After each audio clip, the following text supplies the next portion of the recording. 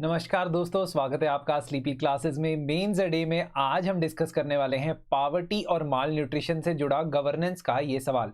तो गवर्नेंस और social justice में कुछ इस प्रकार के सवाल आते हैं जिसमें हंगर, पॉवर्टी और उनके बारे में आपसे सवाल पूछे जा सकते हैं, और उनमें से ही 2024 में एक सवाल पूछा गया। इससे पहले कि इस क्वेश्चन को डिस्कस करें, एक ज़रूरी सूचना, हमारा मेंस मेंटोरशिप बैच जो स्टार्ट हो चुका है उसमें आप एनरोल कर सकते हैं, जहाँ पे होलिस्टिक डिटेल्ड आंसर राइटिंग के साथ साथ आपको one on one live sessions की हेल्प भी मिलेगी, एंड अलॉन्ग विद दैट आपको जो गाइडेंस प्रोवाइड की जाएगी वो मेरे द्वारा की जाएगी, जिसमें प्रोग्रेस इवैल्यूएशन आपका होगा और डिटेल्ड इवैल्यूएशन भी आपके आंसर कॉपीज का मैं ही वहां पे करूंगा। तो अब इस पर्टिकुलर क्वेश्चन को देखते हैं और इमेजिन करते हैं कि हम इसे कैसे टैकल करेंगे।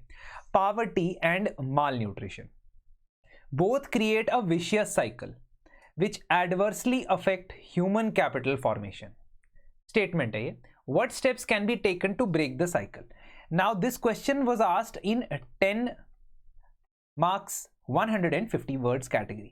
Now this is a question जिसपे बहुत सारे students 1000 words भी लिख सकते हैं, लेकिन it is important to understand the demand of this particular question.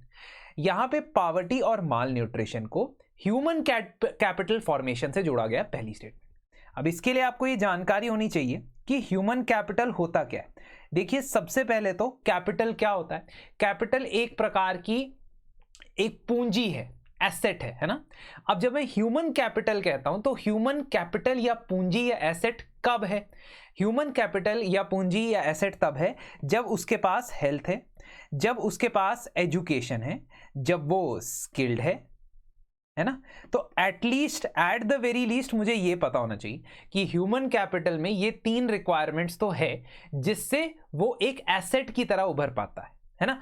Of course apart from that इसमें आप एथिकल कंडक्ट भी इंक्लूड कर सकते हो, नॉन वायलेंस भी इंक्लूड कर सकते हो, सिविक सेंस भी इंक्लूड कर सकते हो, बट एटलीस्ट ये चीजें तो मुझे पता है ना कि ह्यूमन कैपिटल में ये 3 चीजें रिक्वायरमेंट है, तभी वो एसेट बन सकता है। तो आपको पॉवर्टी की वजह से इन पे क्या प्रभाव पड़ता है वो एक विशियस साइकिल की तरह शोकेस करना है। अब सबसे पहले तो क्वेश्चन में स्टार्ट कर सकते हो आप डेटा से, जहां पे आप मल्टी डिमेंशनल पॉवर्टी इंडेक्स में बताओगे कि इंडिया ने बहुत बढ़ोतरी की है, बहुत इंप्रूवमेंट की है, लगभग 41 करोड़ लोगों को पॉवर्टी से बाहर निकाला है पिछले 15 सालों में, ऐसा मल्टी डिमेंशनल पॉवर्टी इंडेक्स कहता है। अच्छा, गौर फरमाइएगा, यहां पे मैंने एमपीआई लिख जरूर लिया है, लेकिन आप अपने आंसर में पूरा शब्द लिखेंगे, मल्टी डायमेंशनल पॉवर्टी, ये पूरा लिखेंगे। On one hand 41 crore poverty से बाहर आए, on the other half of poor children, 2/5 of non-poor underprivileged children, privileged children and 1/3 of non-poor households। यहां पे स्टंटिंग देखी जाती।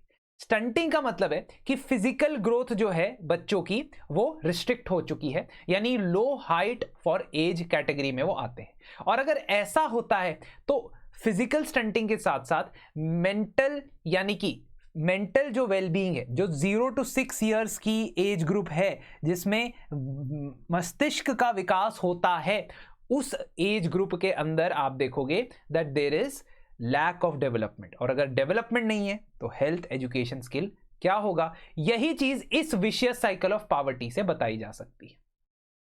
अगर आप पॉवर्टी की बात करते हो और साथ में फूड इनसिक्योरिटी को जोड़ते हो तो इन दोनों को मिला के क्या बनता है? इन दोनों को मिला के बनता है पॉवर्टी एंड माल न्यूट्रिशन।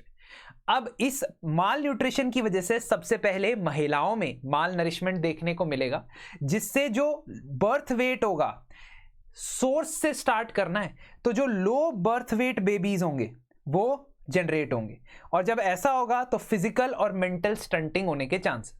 इसमें अगर आप न्यूट्रिशनल या माल न्यूट्रिशन को इधर भी परपेचुएट करते हो, मतलब महिला को तो नरिशमेंट नहीं मिला, अब अगर छोटे बच्चे को भी नरिशमेंट नहीं मिलेगा तो वो बच्चा एडल्ट बनेगा भी तो स्टंटेड एडल्ट होगा।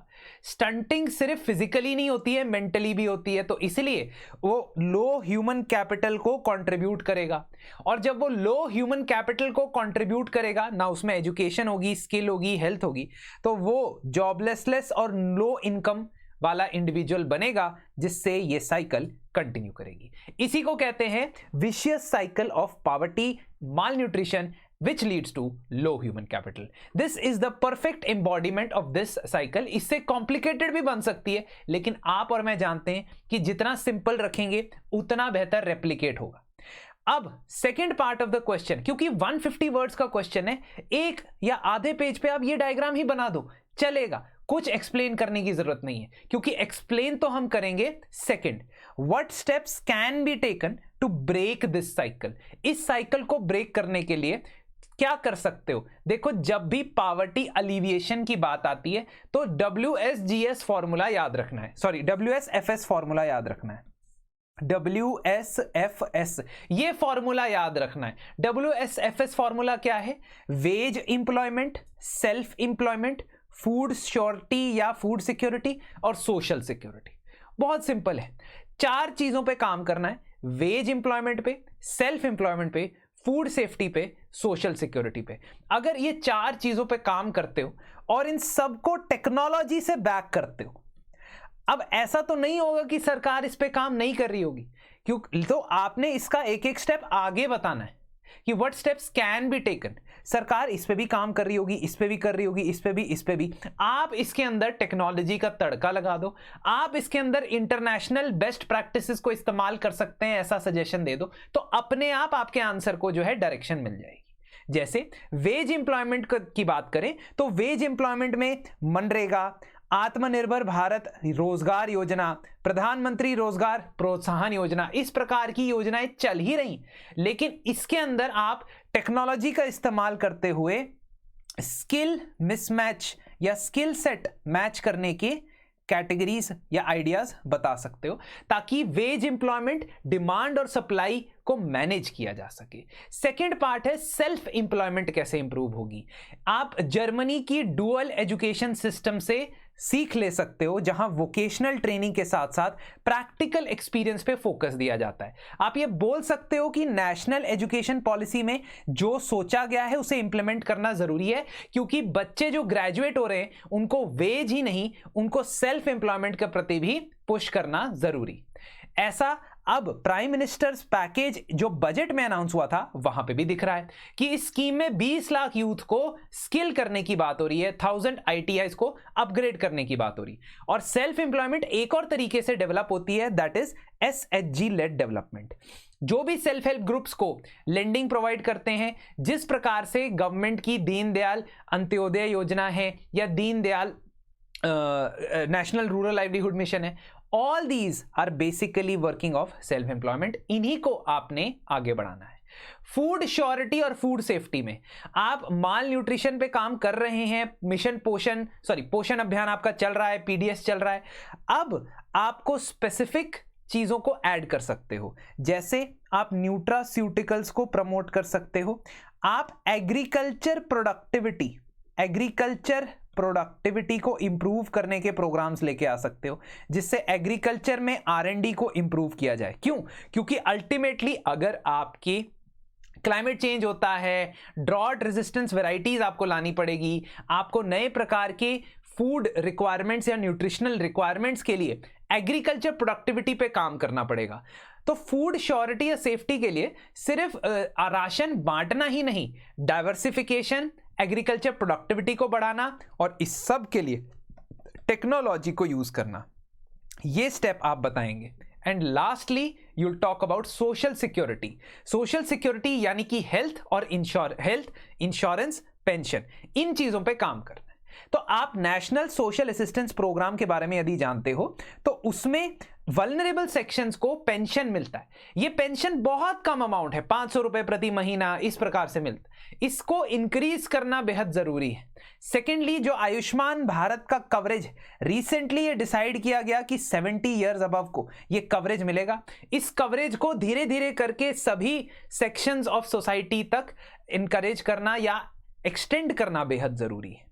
ठीक है, क्योंकि ह्यूमन कैपिटल डेवलप करनी है, इसलिए हेल्थ इंश्योरेंस सबसे पहले आता है। रिसेंटली आपने देखा होगा कि ग्रुप ऑफ मिनिस्टर्स की जो मीटिंग हुई थी उसमें डिसाइड किया था कि जो टर्म इंश्योरेंस है या हेल्थ इंश्योरेंस का प्रीमियम है उसके ऊपर जीएसटी कम किया जाएगा। तो ये बातें जो हैं आप इसमें मेंशन कर सकते हो कि सरकारें कदम उठा रही, बट सोशल सिक्योरिटी इनिशिएटिव्स का गैप जो चाहे वो श्रम योगी मानधन है, चाहे वो पेंशन स्कीम्स है, they must be improved because ultimately there will be unemployment, there will be people who will be dependent, dependency ratio हमारी पॉपुलेशन का बढ़ने वाला है।